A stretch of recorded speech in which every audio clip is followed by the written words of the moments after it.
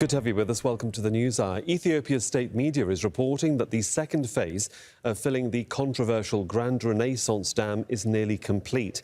Now, the issue has raised tensions with its neighbours. Egypt and Sudan want a binding deal over the filling and the dam's operations and have approached the UN Security Council to intervene. Ethiopia says the project is essential to its development, but Cairo and Khartoum fear it could restrict their access to water.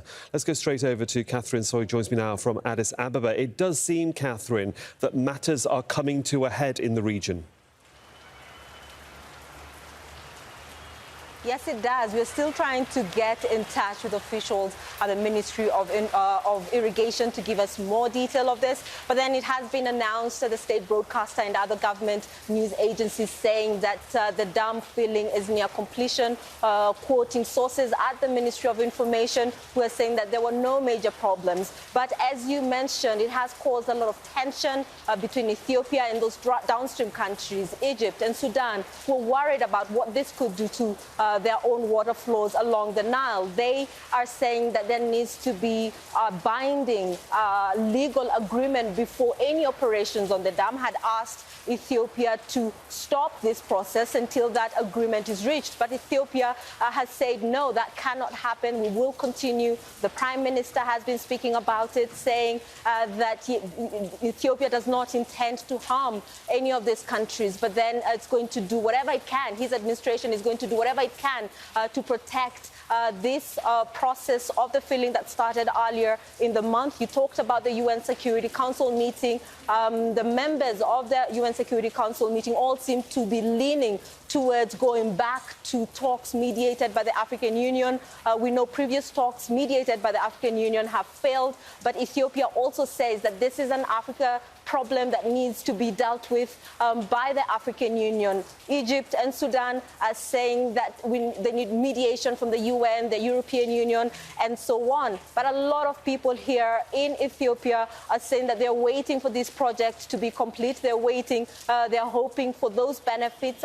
65 million Ethiopians, that's half the population, are not, do not have access to electricity. We've been speaking to some of them who are saying that they're very proud of this project. It's a project that they raised money to fund. So a lot of uncertainty in the region, but Ethiopians here saying that they want the project to come to an end. They want to benefit from that dam. Catherine, over the past few years, we've been following the construction of this dam, the mediation, as you mentioned, through the UN Security Council and through the African Union as matters have come to a head. It seems that diplomacy can only go so far. So one does have to wonder, is there a concern about any conflict? Because Africa doesn't really need another conflict. Well, there is a huge concern about what this may do.